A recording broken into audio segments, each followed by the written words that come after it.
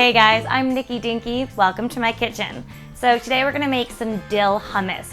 You know, I love a good dill dip, and I thought, why not incorporate that in the hummus? Oh, and that flavor of dill going all through the hummus, it's delicious and it's really, really easy. So stick with me, we're gonna make some dill hummus.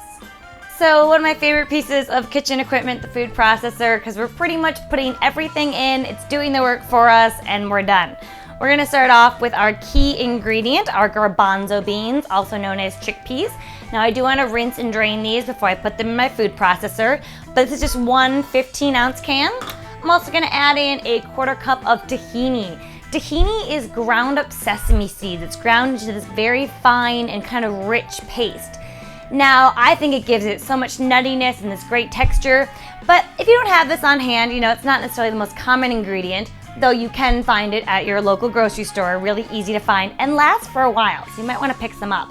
But if you don't have any of this, then you know, you could put in some sour cream or some Greek yogurt, just something to give it a little bit of smoothness and some creaminess. But I'm gonna start off with those two ingredients because after that, we're pretty much done.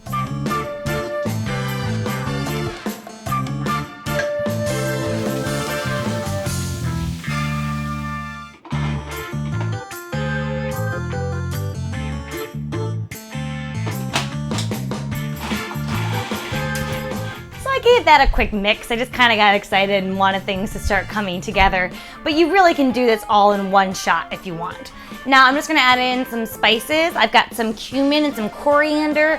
Love the coriander. Love that kind of interesting depth of flavor, but it's still a little bit bright. It's gonna go great with this dill.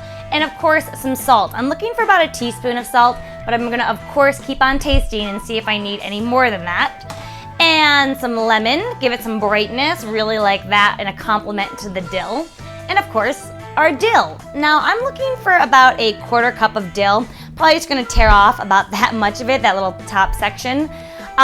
You know, you can put a little bit more in or a little less in, depending on how much dill you want. This hummus will really come together the longer that it sits. So if you're gonna serve this in the next couple days, you could use even a little bit less because the dill will really perfume the whole hummus as it sits there. If you're gonna serve this immediately, you could even use a little bit more. But of course, just be tasting and you'll see how much you want to use.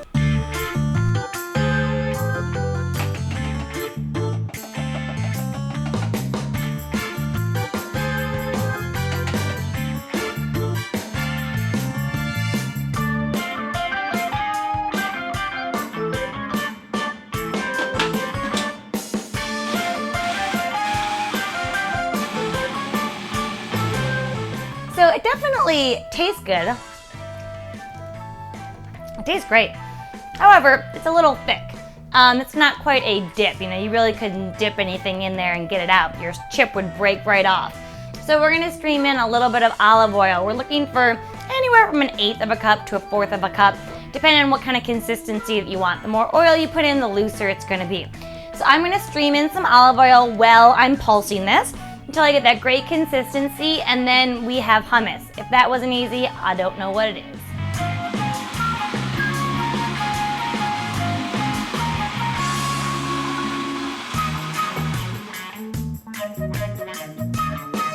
So this does look great. The consistency is absolutely perfect.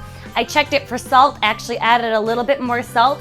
But I forgot a really, really important ingredient. One ingredient that I never forget.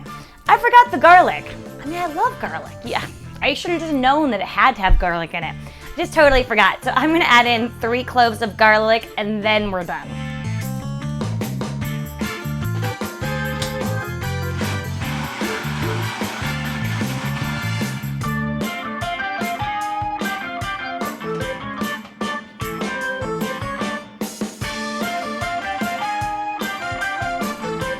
So I put a little lemon zest on top, makes it look really pretty, and it keeps that lemon flavor very present in the dip. Also a couple little dill leaves just to, you know, accent it. So I hope you guys have realized how easy it is to make this dill hummus and just really any hummus in general. And of course, I always want you to have fun in the kitchen, and I'll see you next time.